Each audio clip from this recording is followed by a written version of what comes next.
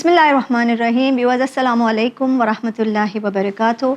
आप सबका इस्तकबाल है चैनल विन के स्पेशल प्रोग्राम एक मुलाकात डॉक्टर के साथ सीज़न 2 में। व्यूअर्स, हर कोई जवान और खूबसूरत दिखना चाहता है, चाहे वो पहली सदी की मलिका मिस्र थी जो गधे के दूध से नहाया करती थी, या आज की सदी की मलिका जो हर पैतरा आजमाने के लिए तैयार है। आज खूबसूरती का जुनून हर तरफ फैल चुका है और सोशल मीडिया पर भी आपको तरह तरह के वीडियोस देखने मिलेंगे जो ब्यूटी प्रोडक्ट्स, प्रोसीजर्स और ट्रीटमेंट्स को प्रमोट कर रहे हैं। Non surgical treatments like Botox और डर्मल फिलर्स की पॉपुलैरिटी भी इतनी बढ़ चुकी है कि आज ये सिर्फ एक अमीरों का शौक नहीं है। आज आम इंसान भी ये ट्रीटमेंट्स करने के लिए तैयार है to look and feel beautiful and young again. You won't believe it, but getting pricked, poked, stitched, tucked and plumped is now a beauty norm.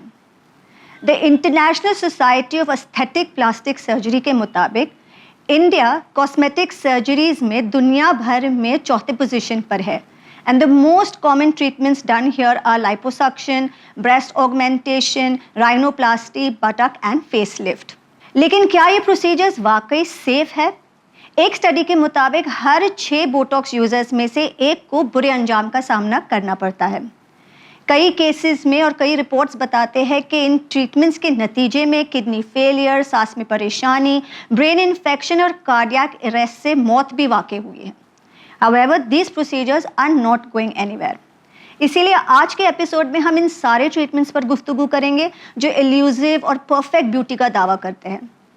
आज के अहम सवालों में हम ये देखेंगे ये ब्यूटी ट्रीटमेंट्स में होता क्या है, किसे करवाना चाहिए, किसे नहीं करवाना चाहिए, कब करवाना चाहिए, कितना करवाना चाहिए और बहुत अहम किसके हाथों करवाना चाहिए।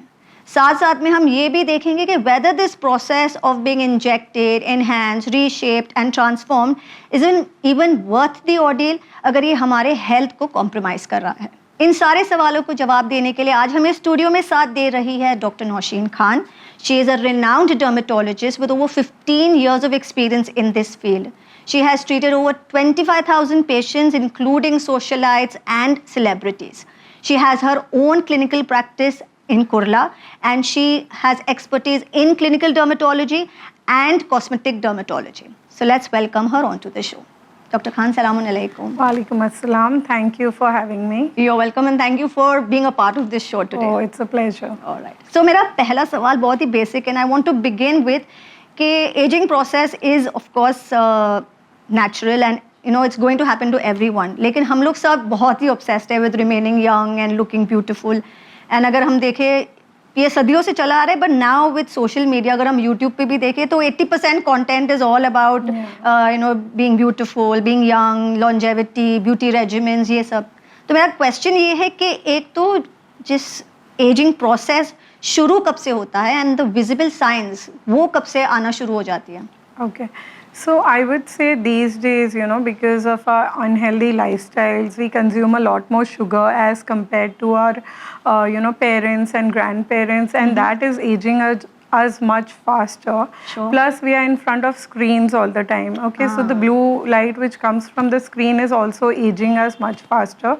So I would say our mothers, grandmothers wouldn't even think of aging till their 40s, but these days I think 25 is when you start seeing signs मतलब of 25 aging. साल से बिकॉज ऑफ आवर लाइफस्टाइल अब 25 साल है कि ageing शुरू हो जाती है। और साइंस कब दिखना शुरू हो जाता है? Around the same time. So you know it starts with like you know tiny wrinkles and you know plus what happens is these days the intensity of the sun is also getting stronger. So the sun is one of the main causes of aging. So the, 25 to 30 years is when the aging process starts and every decade obviously it progresses. So अब अगर हमें if we want to start taking care it should be like 25 in 20s only हमें देखना शुरू कर देना चाहिए कि हम हमारी ट्रीटमेंट्स, हमारी ब्यूटी ट्रीटमेंट्स और हमारी स्किन की हम केयर करना शुरू कर दें, राइट?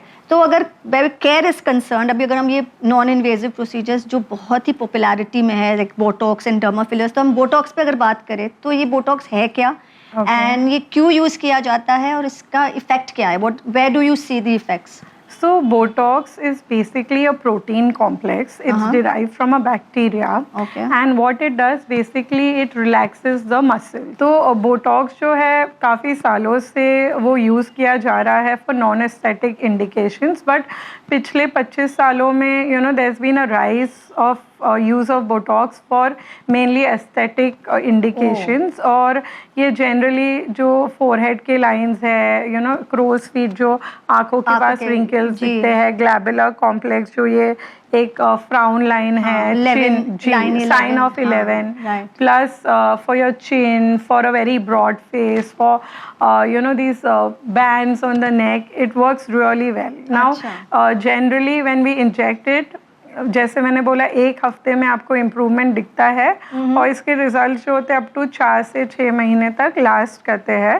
तो ये टेम्पररी है. अगर आपको वैसे ही दिखना है तो आपको रिपीट करना पड़ेगा.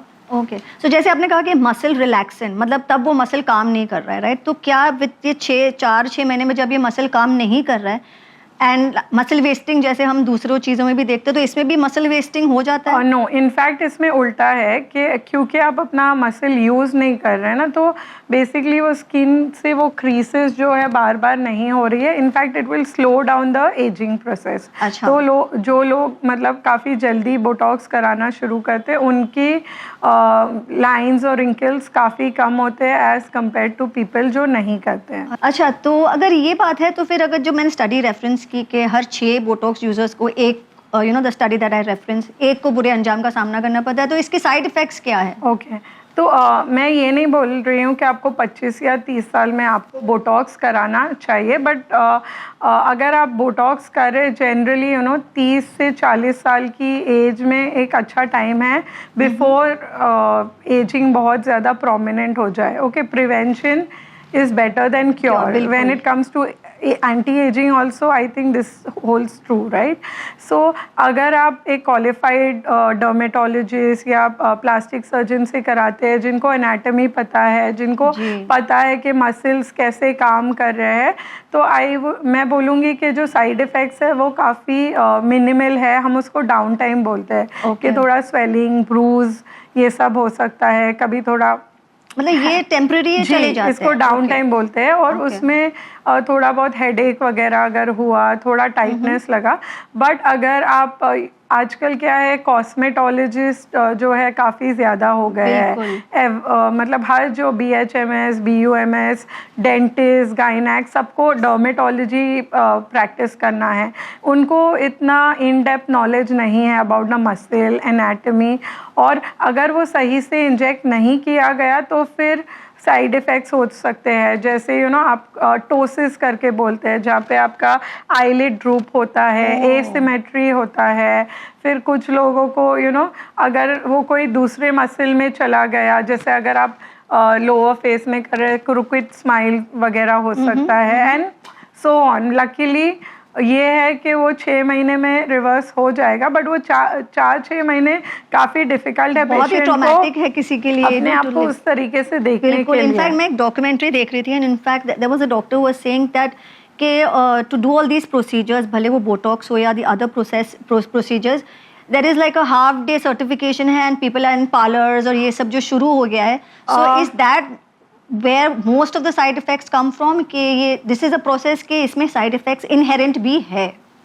अब अगर हम कोई भी प्रोसीजर करें तो देयर इज़ मतलब चांस है साइड इफ़ेक्ट का, बट अगर डॉक्टर क्वालिफाइड है, एक्सपीरियंस है, उनको पता है कि हमको कौन से हमारे नो गो एरियाज़ है, कौन सी एरियाज़ अवॉइड करना है. प्लस कभी कभी क्या होता है कि आप बहुत ज़्यादा यूनिट्स भी इंजेक्ट करेंगे तो फिर चांसेस जो होते हैं साइड इफ़ेक्ट के काफ़ी बढ़ जाते हैं. आइडिया है लेस इज़ मोर, कि अगर हम लेस करेंगे तो हम बाद में ऑलवेज ज़्यादा कर सकते, बट उल्टा वाइस वर्सा हम रिवर्स नहीं कर सकते. जैसे आपने कहा कि एक प्रोटीन है और सोर्स फ्रॉम बैक्टीरिया, तो बॉडी भी तो रिएक्ट कर सकता है ना, क्योंकि बैक्टीरिया एसेंशियली एक्चुअली ये जो है ना ये एक प्योरीफाइड है. प्रोटीन का फॉर्म है और इसको बहुत प्रोसेस किया हुआ है. तो ओरिजिन जो है वो बैक्टीरिया से है, बट वो लैब्स में प्रोसेस किया हुआ है. कुछ लोग होते हैं जिनको मायस्थेनिया ग्रेविस है, तो उनको रिएक्शन हो सकता है, तो वो एक कॉन्ट्रा इंडिकेशन है. Rest of the people, I think Botox एक वंडरफुल ड्रग है अगर आप उसको सही से करेंगे. एंड मतलब वो ऐसी चीज़ है कि ऐसा ट्रीटमेंट है कि आप एक हफ्ते में आप कम से कम 5 साल यंग लगेंगे. तो बहुत ही अगर आप मेरा ओपिनियन माने तो आई वुड से बहुत ही बेहतरीन ट्रीटमेंट है. But right selection of patient important है, प्लस डॉक्टर की एक्सपीरियंस भी बहुत इम्पॉर्टेंट है. अभी फॉरेन कंट्रीज में जो है बहुत सारे नर्सेज होते हैं, दूसरे लोग होते हैं, बट उन्होंने बहुत ट्रेनिंग किया है, वो बहुत सालों से कर रहे हैं. तो ऑब्वियसली जो साइड इफ़ेक्ट्स है वो काफ़ी कम है. But every Tom Dick and Harry should not start injecting Botox. ऐसा नहीं है कि मैंने बस सीख लिया तो जो फर्स्ट पर्सन मुझे मिलेगा मैं उससे बोटॉक्स करवाऊंगी. राइट पेशेंट सिलेक्शन बहुत इम्पॉर्टेंट है. बिल्कुल. And but there is one more question that I had with this कि आपने कहा कि you have to repeat this treatment every 6 months और 12 months. तो जैसे हम ड्रग्स में भी देखते हैं कि एक थ्रेशोल्ड होता है, उसके बाद the body does not react to it. तो क्या ये सेम चीज इसमें भी अप्लाई होता है? में एक चीज होती है जिसको बोलते हैं टैकीफाइलैक्सिस. ओके, तो उसका मतलब ये है कि अगर आप बहुत जल्दी बोटॉक्स कराएंगे तो फिर वो उसका असर इतना नहीं रहता या जल्दी वेयर ऑफ होता है. तो जनरली बिफोर 6 months मैं प्रेफर करती हूँ उसको रिपीट नहीं करने. कुछ लोग होते हैं जैसे एक्टर्स है, सोशलाइट्स है, तो उनको ऐसे थोड़ा भी लाइन दिखता है तो दे फील ना कि हमको बोटॉक्स कराना चाहिए. बट अगर वो वैसे करेंगे तो फिर आपका नीड ऑफ बोटॉक्स भी यूनिट्स जो है वो भी हाई होंगे. एंड वो लास्ट कम टाइम के लिए करेगा. राइट. सो जैसे डॉक्टर ने कहा this is a good treatment provided आपके anatomy you check whether you really need it. दूसरा कि आप एक क्वालिफाइड प्रोफेशनल के पास जाइए. thirdly you only if there is a need and you don't keep on repeating it, तब जाके and when there is a proper case diagnosis अगर तब किया जाता है तो इसके results इतनी हानिकारक नहीं है. Having said that, side effects है इसमें and that is why you should take an informed decision. So moving on to dermal fillers, lip fillers जो होते हैं, इसमें क्या होता है and what is injected in it and is this also permanent and क्योंकि बहुत सारे कहते हैं कि dissolve हो सकता है. So what is your take on this? So fillers जो है हाइलुरोनिक एसिड है, ये एक नेचुरल कंपोनेंट है जो हमारे आईज में, हमारे जॉइंट्स में, हमारे स्किन में पाया जाता है. ओके, बट जैसे हमारा एज बढ़ता है उसका क्वांटिटी जो है वो और उसका क्वालिटी जो है वो डिमिनिश होने लगता है. Okay, after 30 every year you are losing hyaluronic acid. Okay, तो ये जो है अगेन ये लैब में प्रोसेस्ड है. और हाइलुरोनिक एसिड की एक प्रॉपर्टी है कि वो अपने वज़न से 10 गुना पानी अब्जॉर्ब करता है और जैसे नाम सजेस्ट करता है वो फिल करता है. ओके, ये बहुत सारे डिफरेंट इंडिकेशंस के लिए यूज़ किया जाता है, जैसे अंडर आई जो डिप्रेशंस है या किसी को ऐसे लिफ्ट चाहिए, लिप्स के लिए किया जा सकता है, चिन के लिए किया जा सकता है. तो ये करेक्शन के लिए भी किया जा सकता है और ये एनहांसिंग के लिए भी किया जा सकता है. नोज़ में भी करते हैं आजकल. यस, आईब्रोज वगैरह के लिए भी करते हैं. अगेन जो आजकल हम फिलर्स यूज़ करते हैं वो टेम्पररी फिलर्स है. ओके, एंड फिलर का टाइप के हिसाब से उसका लॉन्जिटिविटी होता है. जो सुपरफिशियल फिलर होता है वो 9 महीने से 1 साल तक लास्ट करता है. जो डीप फिलर है वो 1.5 साल से 2 साल तक लास्ट करता है. ओके, अच्छी बात यह है कि हम फिलर को रिवर्स कर सकते हैं. हम एक इंजेक्शन दे सकते हैं जिससे हम उसको डिसॉल्व कर सकते हैं. बोटॉक्स के साथ ऐसा नहीं है. ओके, लेकिन जब आप ये कह रहे हो कि आप डिसॉल्व कर सकते हैं ना, there was this thing that I was watching and it very logically they told us कि अगर हम बलून को भी जब हम फुगाते हैं, because that's what you are doing, right? You are pumping something into it. So when जब हम dissolve करते हैं, जब हम deflate करते हैं बलून को, तो वो the result is that तो बलून की elasticity तो गई, राइट? बट ये आपके फेस के कॉन्टेक्स्ट में ट्रू डेफिनेटली नहीं है। अच्छा। क्योंकि आपका फेस जो है उसमें बहुत सारी चीज़ें हैं, एपिडर्मिस है, डर्मिस है, सबक्यूटेनियस टिश्यू है, मसल है, फैट है, बोन है, जो आपके फेस को सपोर्ट देते हैं। ओके, एंड ये जो है एक लोकल इंजेक्शन है जो हाइलुरोनिडेज है, जो हम इंजेक्ट करते हैं, तो वो जो है स्पॉट मतलब आपका फिलर जो है वो डिसॉल्व करेगा। एंड जनरली क्या होता है कि अगर आपने नया नया कराया है और हमको पता है कि हमने यहाँ किया, हम वहीं पे इंजेक्ट करेंगे तो वो डिसॉल्व हो जाएगा, तो वो एरिया पे डैमेज नहीं होती है इफ यू डिसॉल्व। अगेन उसका भी यूनिट्स होता है, अगर आप बहुत ज्यादा करेंगे तो फिर वो आपके नेचुरल कोलेजन को भी डिसॉल्व कर सकता है। तो ये सब चीजों में एक्सपर्टीज की जरूरत होती है। बट अगर बहुत पुराना फिलर है तो फिर जनरली हमको एक यूएसजी गाइडेड स्टडी करनी पड़ती है, देखने के फिलर कहाँ है, और फिर उसके हिसाब से हम पॉइंट्स मार्क करके कर सकते हैं।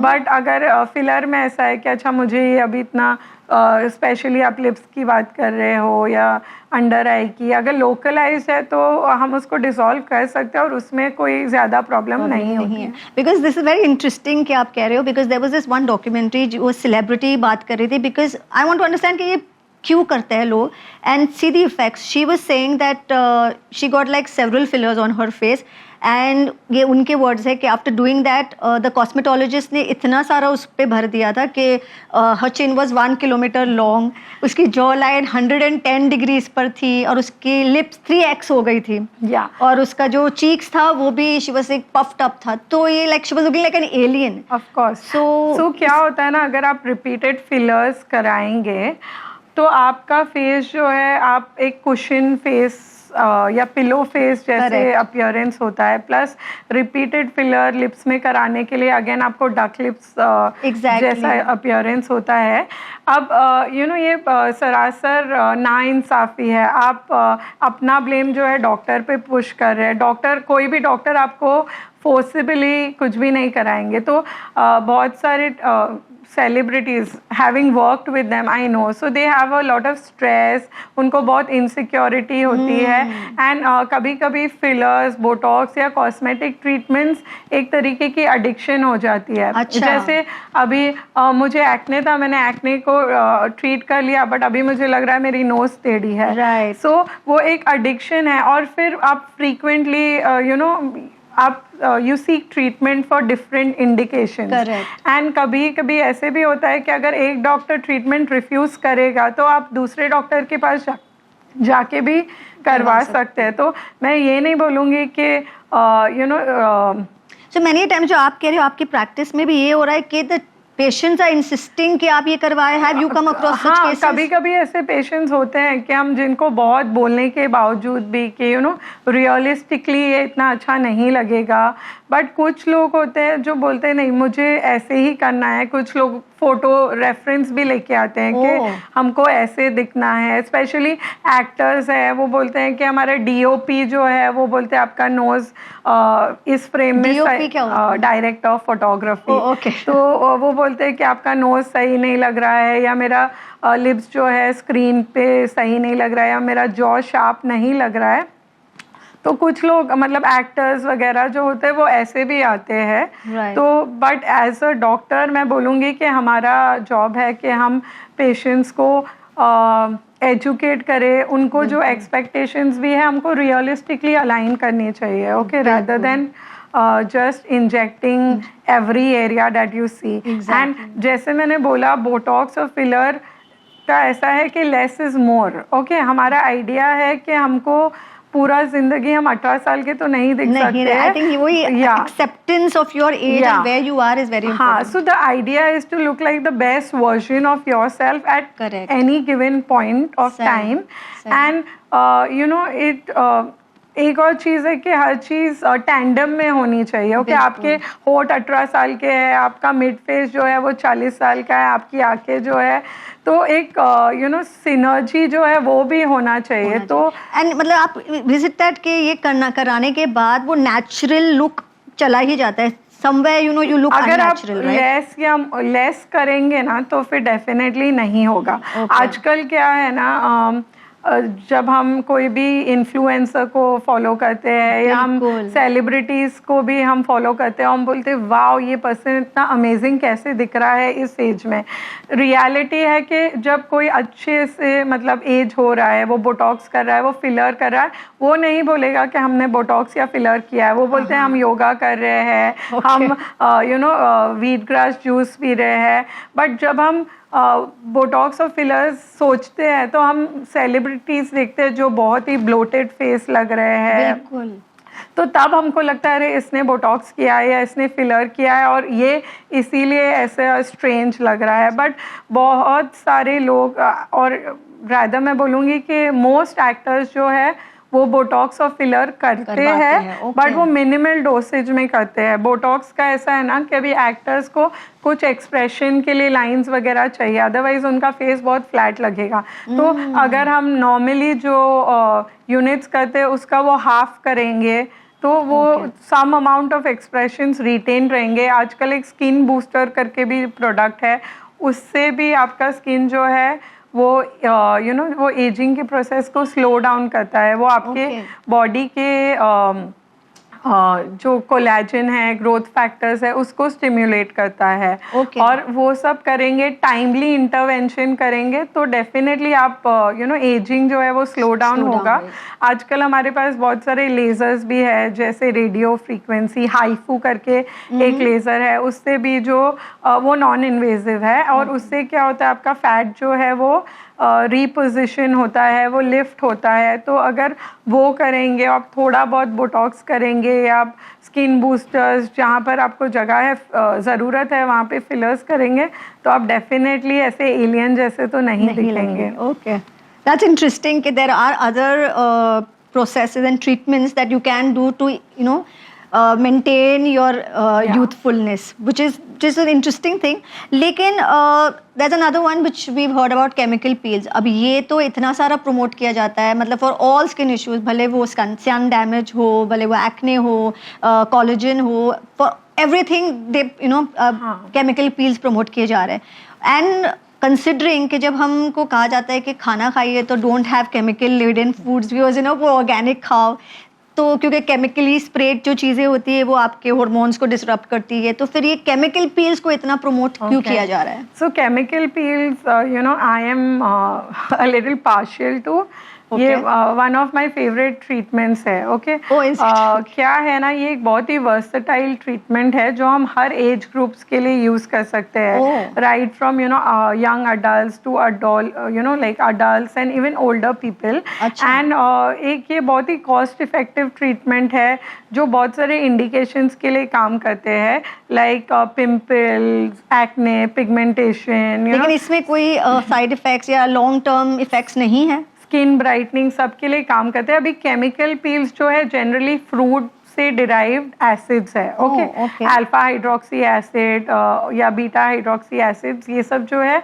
फ्रूट से डिराइव एसिड्स है। Again they are processed in the lab, okay. और इसमें क्या होता है, कॉम्बिनेशन ऑफ स्किन ब्राइटनिंग या एंटी एक्ने या कोलेजन स्टिमुलेट करने के लिए जो एजेंट्स है, आजकल के जो नए जेल बेस्ड पील्स है उसको मिक्स करते हैं अलॉन्ग विद एनहांसर्स। तो इससे आपको आपके स्किन टेक्सचर में, स्किन टोन में, पिगमेंटेशन जो सुपरफिशियल आपके प्रॉब्लम्स है उसमें काफ़ी इम्प्रूवमेंट दिखेगा। एंड जैसे आपने बोला केमिकल्स ना, तो मेरा ये मानना है कि आज हमारे खाने में केमिकल है, हमारी हवा में केमिकल है। अगर कुछ अच्छे केमिकल्स है जो हमको हमको अच्छा फील गुड कराएंगे, हमारे कॉन्फिडेंस को बूस्ट करेंगे, तो मैं डेफिनेटली खुद भी करूँगी। And I would advise it to my patients and even like to the viewers. But again chemical peel जो है बहुत ही आसान दिखता है करने के लिए, बट बहुत उसमें एक्सपीरियंस चाहिए रहता है कि साइड इफ़ेक्ट ना हो। ओके, वो एक बहुत ही बेसिक प्रोसीजर है, बट अगर सही से नहीं किया गया तो बर्न्स हो सकते हैं, स्कार्स हो सकते हैं, अल्सर्स हो सकते हैं। या बिकॉज ये तो ट्रीटमेंट आई थिंक पार्लर्स भी बहुत ज़्यादा प्रमोट कर रहे हैं, you can go and get a chemical treatment done. So just like you said, अगर ये एक professional, the person who doesn't understand your face, अगर उसने किया तो chances of burns and scars ज़्यादा है एज अपोज्ड टू तो दिखता बहुत आसान है, बट अगर साइड इफेक्ट हुआ तो फिर महीने लग जाते हैं उसको रिपेयर करने के लिए। राइट, एंड कभी कभी तो परमानेंट डैमेज भी हो सकता है। कभी कभी स्कारिंग वगैरह भी बहुत ही अगर ग्रोसली परफॉर्म्ड है तो फिर स्कारिंग भी हो सकती है। Right, so now I would like to talk about invasive procedures, but before going to that मैं hair treatments की बात करना चाहूँगी, and especially मतलब now we have like a plethora of hair treatments also, hair transplant से लेके Brazilian blowouts, keratin, straightening और वगैरह पता नहीं कितनी सारी चीज़ है, chemical bonding उसमें भी है। तो in fact there was this one video जो बहुत ही ज़्यादा वायरल हुआ था कि ये 25-26 साल की लड़की थी and she was doing repeatedly ये केराटिन ट्रीटमेंट्स कर रही थी एंड उसके किडनी डैमेज हो गए इसके प्रोसेस में। तो what are the dangers of these treatments and how should these treatments be done? So if you are talking, अगर हम हेयर ट्रीटमेंट्स के बारे में बात कर रहे हैं तो हम उसको दो चीज़ों में डिवाइड कर सकते हैं। एक तो सैलॉन बेस्ड प्रोसीजर्स है और दूसरे जो है हेयर के रीजनरेटिव प्रोसीजर्स है, लाइक PRP या मीज़ो या इवन हेयर ट्रांसप्लांट। तो ये वाले जो लैटर है वो ऑब्वियसली डर्मेटोलॉजिस्ट या प्लास्टिक सर्जन्स को ही परफॉर्म करना चाहिए। बट जो सैलॉन बेस्ड प्रोसीजर्स है बेसिकली उसमें क्या होता है, हेयर स्ट्रेटनिंग में क्या होता है, आपके जो डाइसल्फाइड बॉन्ड्स है, जो नेचुरल बॉन्ड्स है आपके हेयर के, उसको ब्रेक करते हैं। एंड ये जो स्ट्रेटनर होता है उसमें फॉर्मेल्डिहाइड होता है। ओके, एंड आजकल जो भी नया टेक्नोलॉजी है, वेदर आप उसको हेयर बोटॉक्स बोलिए या आप उसको ब्राज़ीलियन ब्लो ड्राई बोलिए, but all of them are damaging. Another thing is because of the formaldehyde ना आपके बॉडी में ऑक्सलेट्स जो है ज़्यादा आपकी किडनीज़ को रीच होते हैं। तो जो ये किडनी डैमेज का जो एपिसोड था या इंसिडेंट था, बट ये एक वन ऑफ एपिसोड है। ज़रूरी नहीं है कि हर पेशेंट पर्सन जो है स्ट्रेटनिंग कराएगा उसकी किडनी डैमेज होगी, बट उसका जो कॉमन साइड इफ़ेक्ट है जो होता है हेयर लॉस होता है, कभी कभी स्कारिंग वगैरह होती है ना। हर पेशेंट जो हेयर स्ट्रेटनिंग करता है उसके डेफिनेटली उनको लगता है कि उनका हेयर वॉल्यूम जो है over a period of time कम हो जाता है। Yes. तो अगर मैं आपसे पूछूं कि what is it that a person who is going through ये कोई भी ट्रीटमेंट करवाने के पहले टू मेक श्योर कि ना ऐसी कोई खतरनाक साइड इफेक्ट ना हो, what should they keep in mind? ये बहुत ही डिफ़िकल्ट है। अभी सैलॉन बेस्ड प्रोसीजर्स के लिए तो बहुत डिफ़िकल्ट है, but again go to a reputed salon, है ना, कोई रेफरेंस होगा तो बेटर है। बिल्कुल, और प्रोडक्ट्स भी स्टैंडर्डाइज। एंड मेरे ख्याल से ना हमको over a period of time हमको अपने नेचुरल हेयर टेक्सचर को एम्ब्रेस करना चाहिए। बिकॉज आप कितने टाइम आपके बाल स्ट्रेट कर सकते हैं ना। बिल्कुल, so I think that's a very important point कि आप करवा सकते हैं, there is, but keep in mind कि हमेशा के साइड इफेक्ट्स हो सकते हैं एंड कभी कभी इतने गंभीर भी हो सकते हैं। And who would want a damage kidney? We might as well have our hair which is not straight, right? Yes. So moving on to invasive procedures, let's just talk about liposuction क्योंकि ये बहुत ही popular treatment हो रही है। And तो ये liposuction specially लोग कर रहे हैं just to reduce weight quickly.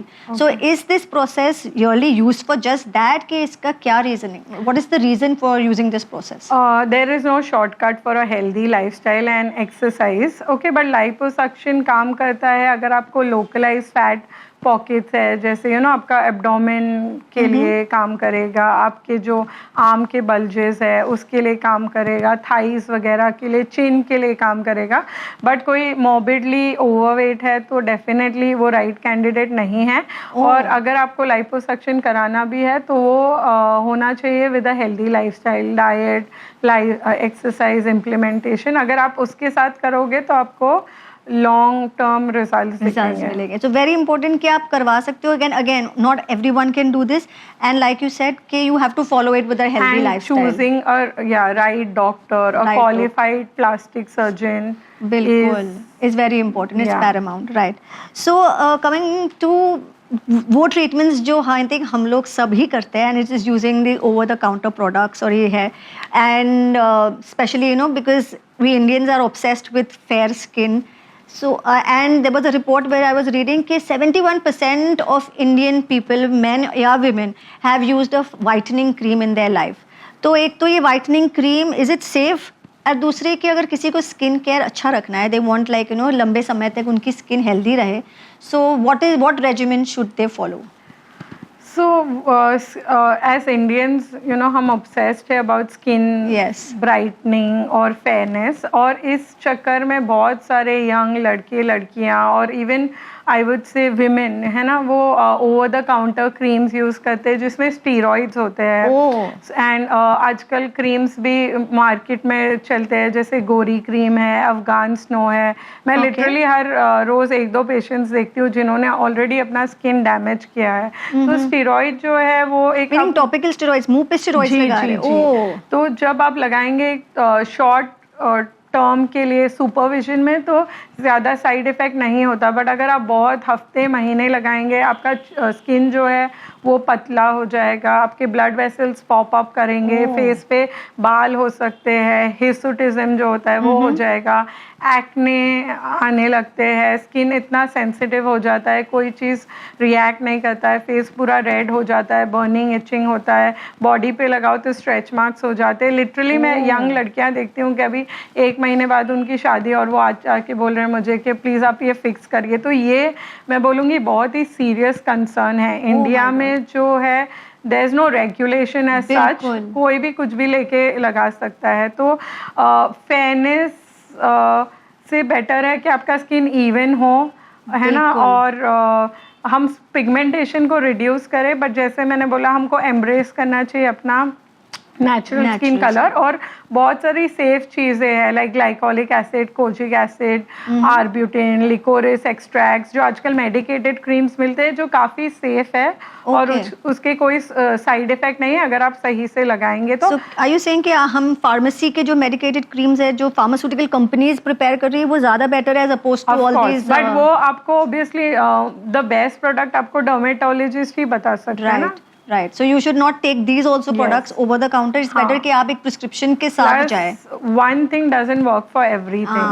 Correct. तो वो important है. तो वो आपके subsequent visits में आपको पता चलता है कि ओके हमने पहले एक्ने को ट्रीट किया, फिर अभी हम मार्क्स को ट्रीट करेंगे, अब हम टेक्सचर को ट्रीट कर सकते हैं. तो इसीलिए आपको एक क्वालिफाइड डॉक्टर के पास, डर्मेटोलॉजिस्ट को जिनको एक इन डेप्थ नॉलेज है उनको कंसल्ट करना चाहिए. क्योंकि ऐसे देखने जाए तो एक्ने भी it's not only a skin issue, ये तो बॉडी में जो दूसरे हार्मोनल इश्यूज हो सकते हैं, बहुत सारे दूसरे इश्यूज हो सकते हैं जिस वजह से वो एक्ने हो रहा है. और आपका स्किन और हेयर जो है एक मिरर है आपके इंटरनल वेलबींग और हेल्थ के लिए. तो आपको पहले अपना लाइफस्टाइल, डाइट, खाने पीने को सुधारना चाहिए. हमको लगता है कि हम सिर्फ जंक फूड खाएंगे और हमारा स्किन बहुत अच्छा होगा तो ऑब्वियसली नहीं होगा. Very true. So I think doctor ने बहुत ही इंपॉर्टेंट बात की है कि specially where skin is concern we are trying all sorts of products कि हम लगा लें, गोरे हो जाए, हम लगा लें, हमारी स्किन क्लीन हो जाए, क्लियर हो जाए, ब्राइट हो जाए. लेकिन पहले तो हमें हमारे इंटरनल एनवायरनमेंट को दुरुस्त करना है. उसके साथ साथ अगर हमने ऐसी कोई ट्रीटमेंट्स ली and that also under medical supervision, then the results are going to be safe and effective. Right? So if I have to ask you, we're out of time now, लेकिन last question कि what kind of skincare regimen would you recommend for people to have good, healthy skin for over a long period of time? Okay. So my basic, I would have 3 pillars. One is using a sunscreen. कि आप sunscreen रोज लगाइए. आप घर में भी बैठे हैं तो दिन में 1 से 2 टाइम sunscreen लगाइए. दूसरा जो है आप एक मॉइस्चराइजर लगाएंगे जो आपकी स्किन के लिए राइट है. तो अगेन पिगमेंटेशन जो है उसके चांसेस कम होंगे, एजिंग का प्रोसेस भी जो है वो स्लो डाउन होगा. और तीसरा जो है एक राइट क्लेंजर यूज़ करने. तो ये जो है एक बेसिक स्किन केयर है जो सबको फॉलो करना चाहिए. एंड डिपेंडिंग आपको क्या इंडिकेशन है उसके हिसाब से आप यूज़ कर सकते हैं. और एक चीज़ है, एक ट्रेटिनॉइन करके क्रीम होता है जो रेटिनॉइड है. तो वो बहुत सारी इंडिकेशंस के लिए काम करता है, जैसे acne, pigmentation, fine lines, wrinkles. तो वो भी अगर आप इंक्लूड करेंगे early on in your skin care routine तो आपको अच्छे रिजल्ट दिखेंगे. बट अगेन इसको बहुत ही कॉशियसली यूज़ करना पड़ता है वरना आपका स्किन ड्राई, इची, रेड वगैरह हो सकता है. तो राइट तरीका, राइट प्रोडक्ट इज़ इम्पॉर्टेंट. जैसे आपने कहा कि early on in your skin care regimen, लेकिन अब हम देख रहे हैं स्पेशली अगर हम सोशल मीडिया पे देख रहे हैं बच्चे as small as 8-9 years they have like a skin care routine, so which I think is pretty overrated at this point. तो अगर आप कह रहे हो early on, तो what age should people start using, these creams like tretinoin and all of that? और if I have to start it from a young age, उनको क्या करना चाहिए और जो adults है उनको क्या करना चाहिए? So I definitely advocate this, like कि इतने यंग बच्चों को ना विटामिन सी की ज़रूरत है, ना उनको स्किन ब्राइटनिंग की ज़रूरत है. अगर उनका एक नीड बेस्ड अप्रोच होना चाहिए कि अगर उनको प्रॉब्लम है तो फिर उनको ज़रूरत है. बट 8-9 साल के बच्चों को बस फेस वॉश, मॉइस्चराइज़र या जो भी बॉडी वॉश है वो काफ़ी है. आजकल बहुत सारे प्री टीन्स और टीन्स को भी एक्ने होता है, तो may be 12-13 if they have a problem उनको डॉक्टर को अप्रोच करना चाहिए. But generally I would say 15 years में जब ज़्यादा अवेयरनेस होता है, that is a good time to start taking care of your skin. But again वो बहुत ही लिमिटेड होना चाहिए. आपको हर चीज़ जो मार्केट में है या हर चीज़ जो ट्रेंडिंग है आपको ज़रूरत नहीं है करने की. बहुत सारी चीज़ें जो है आती है और जाती है, बट कुछ चीज़ें जो है गोल्ड स्टैंडर्ड है जो हमेशा लाइक सालों साल या डेकेड से भी हम यूज़ कर रहे हैं और हमको फ़ायदा दिखता है. अगेन मेरे हिसाब से जनरली मैं 18 साल का एक कट ऑफ एज रखती हूँ before starting cosmetic procedures. Right, okay. So basically अगर ट्रीटमेंट्स के बारे में, स्किन केयर रूटीन के बारे में, तो if 15 years old, typical normal moisturizer, cream, that is enough. और बिल्कुल. And अगर any specialized treatments है तो वो 18 साल तक तो वेट करना ज़रूरी है. Right. So thank you, Dr. Khan. हम आपके मशकूर हैं for all the valuable information that you've given us today. Thank you so much. It's a pleasure being here. तो ये था हमारा आज का एपिसोड. आज डॉक्टर खान ने हमें मुख्तलिफ कॉस्मेटिक प्रोसीजर्स के बारे में और उसके डेंजर्स के बारे में बहुत ही वैल्यूबल इन्फॉर्मेशन दी है. ये बहुत ही इम्पॉर्टेंट है कि हम समझें कि दीज ट्रीटमेंट्स हमारे मेंटल और फिजिकल हेल्थ पर गहरा असर डाल सकती है. And it is very important कि हम इसको अगर यूज़ कर रहे हैं तो पहले तो हम एक सर्टिफाइड प्रोफेशनल के पास जाएं and only need based procedures को करवाएं. सो आपसे गुजारिश है कि कोई भी कॉस्मेटिक प्रोसीजर करवाने से पहले आप पूरी रिसर्च करें and consult expert in that field before taking any decision. और आप अपनी नेचुरल ब्यूटी और सेल्फ वर्थ को अप्रिशिएट करना सीखें, क्योंकि असली खूबसूरती आपकी कॉन्फिडेंस में है और आपकी सेल्फ लव में छुपी हुई है. इसी के साथ मुझे मोहसिना डोडिया को दीजिए इजाज़त, लेकिन आप बने रहे चैनल विन के साथ. शुक्रिया, खुदा हाफिज़.